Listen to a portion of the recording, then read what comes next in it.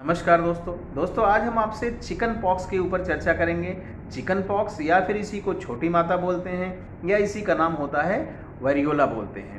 ये इस बीमारी के ऊपर चर्चा करूंगा कि क्या होता है, किन वजह से होता है, क्या इसके लक्षण आते हैं, जो दाने आ रहे हैं ये चिकन पॉक्स से ही हैं या किसी और डिजीज़ के हैं, कैसे पता करें, इस कैसे डिफ्रेंशिएट करें, इसके बारे में जानकारी दूंगा। साथ ही साथ ये भी मैं आपको बताऊंगा कि इसको ठीक करने की क्या दवाई है जिसे लेकर हम बहुत जल्दी से ठीक हो सकते हैं। मैं आपको ये भी बताऊंगा कि किसी को ये डिजीज़ हुई है और उससे हम कैसे बच सकते हैं, इसकी एक दवा है, उस बारे में भी मैं आपसे चर्चा करूंगा। उसको खाने का तरीका भी मैं आपको बताऊंगा। इन सारी बातों पे मैं आपसे चर्चा करूंगा। कम समय में ज़्यादा जानकारी देने की कोशिश करूंगा दोस्तों। तो सबसे पहले चिकन पॉक्स या फिर माता क्या होती हैं दोस्तों। ये एक बहुत ही कंटाजियस डिजीज़ है, बहुत तेज़ी से फैलने वाली बीमारी है। ये एक को हुई हो तो दूसरे को बहुत आसानी से हो जाती है और एक को हुई है तो पूरी फैमिली को कवर कर लेती है दोस्तों। ये एक वायरस से होने वाली बीमारी है, ये एक वायरल डिजीज़ है। ये वायरल डिजीज़ ये एक वायरस होता है वेरियोसिला जोस्टर, जिसकी वजह से होती है। ये सीवियर कंटाजियस या बहुत ही इन्फेक्शियस डिजीज़ है। इस बीमारी की एक खास बात ये होती है कि यदि आप आज की डेट में इस बीमारी के डिजीज़ के एक्सपोजर में किसी पेशेंट से आ रहे हैं तो इसके लक्षण आने में 10 से 21 दिन का समय लगता है।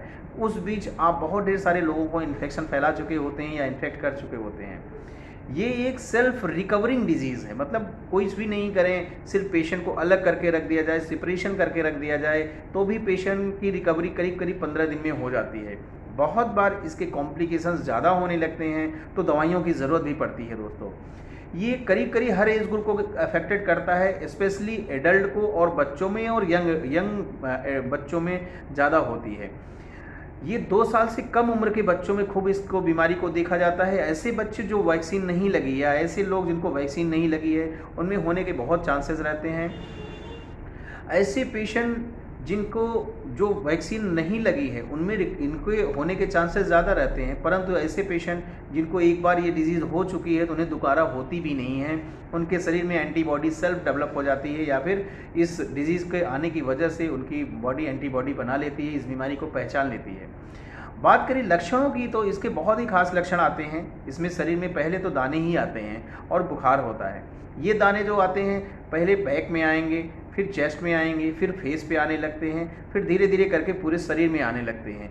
इन दानों का नेचर होता है कि इनका बेस जो है वो रेडिश होता है, उनकी टिप जो होती है वाटरी होती है, पानी जैसा उसमें भरा रहता है, पॉस्ट्यूल्स होते हैं। ये दाने समय के साथ इन जगहों के बाद पूरे शरीर में स्प्रेड होने लगते हैं और पूरे शरीर में फैल जाते हैं। मुंह में हो जाएंगे, नोज़ में हो जाएंगे, कान में हो जाएंगे, आइज़ में हो जाएंगे, आंखों से पानी गिरने लगता है, आंखें सुर्ख लाल हो जाती हैं, रेडिश हो जाती हैं।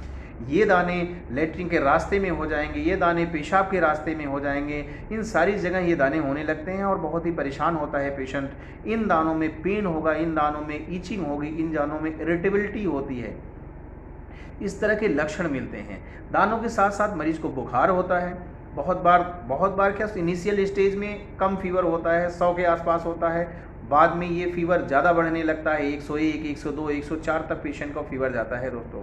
ऐसे पेशेंट को बहुत ज़्यादा वीकनेस होती है, एक्सट्रीम वीकनेस होती है।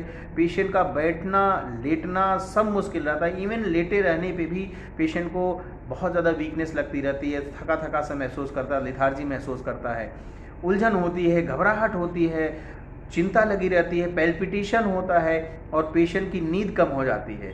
ऐसे पेशेंट की भूख कम होती है। ऐसे पेशेंट का खाने की इच्छा नहीं करती है, कुछ भी पीने की इच्छा नहीं करती है। उसके बाद वो जो भी कुछ खाता है उसका भीतर निगलना मुश्किल रहता है, चूँकि खाने की नली में भी इस तरह के दाने आ जाते हैं, मुंह में ये दाने रहते हैं।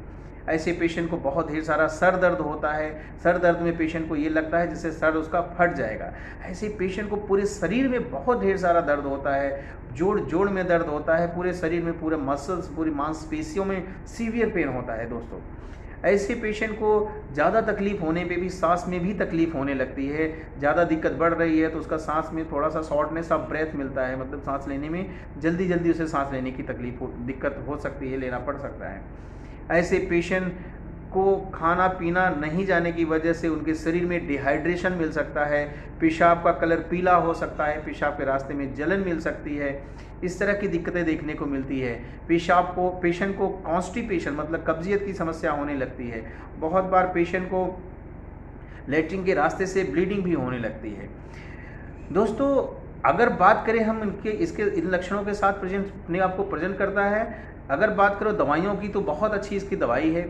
सबसे पहले मैं आपको दवाई के नाम बताऊंगा जिस दवा को लेके आप इस बीमारी से बच सकते हैं। इस मेडिसिन को वेरियोलम मेडिसिन बोलते हैं। वेरियोलम मेडिसिन की 200 पोटेंसी लेनी है। 200 पोटेंसी को बचाव के लिए अगर हम यूज़ कर रहे हैं तो अगर घर में हमारे किसी को हुआ है तो इसकी 4 बूंद सुबह डेली लेनी है आपको, और शाम को डेली लेना है। मतलब 4 बूंद सुबह और शाम डेली ले लीजिए, आपको ये बीमारी नहीं होगी। यदि आपकी फैमिली में किसी को हुआ है, खुद भी लें और घर में छोटे बड़े जितने भी बच्चे हैं सबको ये दे सकते हैं। डोज सबकी सेम होती है। दूसरा, यदि किसी हमारी कम्युनिटी में हुए, हमारे आस पड़ोस हुआ है तो इसकी डोज दूसरी हो जाती है। तो इसी मेडिसिन की, वेरियोलम मेडिसिन की 200 पोटेंसी की 4 बूंदें सुबह खाली पेट 3 दिन तक आपको लेना है। आप देखेंगे कि आपको ये बीमारी नहीं होगी, पूरे गांव मोहल्ले में भले ही हुई हो। दूसरी मेडिसिन होती है, यही मेडिसिन यदि पेशेंट को हुआ है, किसी पेशेंट को हमारे घर में ये बीमारी हुई है, चिकन पॉक्स हुआ है, तो यही वेरियोलिनम मेडिसिन की ही 200 पोटेंसी की 4 बूंदें सुबह दोपहर शाम 3 बार यूज़ करिए। यदि आप जल्दी दिनों में चालू कर देते हैं, शुरू में ही चालू कर देते हैं, तो ये बीमारी बढ़ने नहीं पाती है। यदि पेशेंट को दूसरी मेडिसिन की बात करें तो दूसरी मेडिसिन होती है रेस्टॉक्स। रेस्टॉक्स को 30 पोटेंसी में आप दीजिए। इस मेडिसिन को दिन में 4 बार दीजिए, सुबह दोपहर शाम और रात। आप देखेंगे 4-4 बूंदें सुबह दोपहर शाम रात 4 बार दीजिए, आप बहुत अच्छे रिजल्ट पाएंगे। तीसरी मेडिसिन होती है एकोनाइट। एकोनाइट की 30 पोटेंसी की 4-4 बूंदें दिन भर में 4 बार यूज़ करिए, आप बहुत अच्छे रिजल्ट पाएंगे और रिकवरी बहुत फास्ट हो जाएगी। पेशेंट को जो तकलीफें थी उसमें कमी आने लगेगी। दोस्तों, thank you, thanks for watching.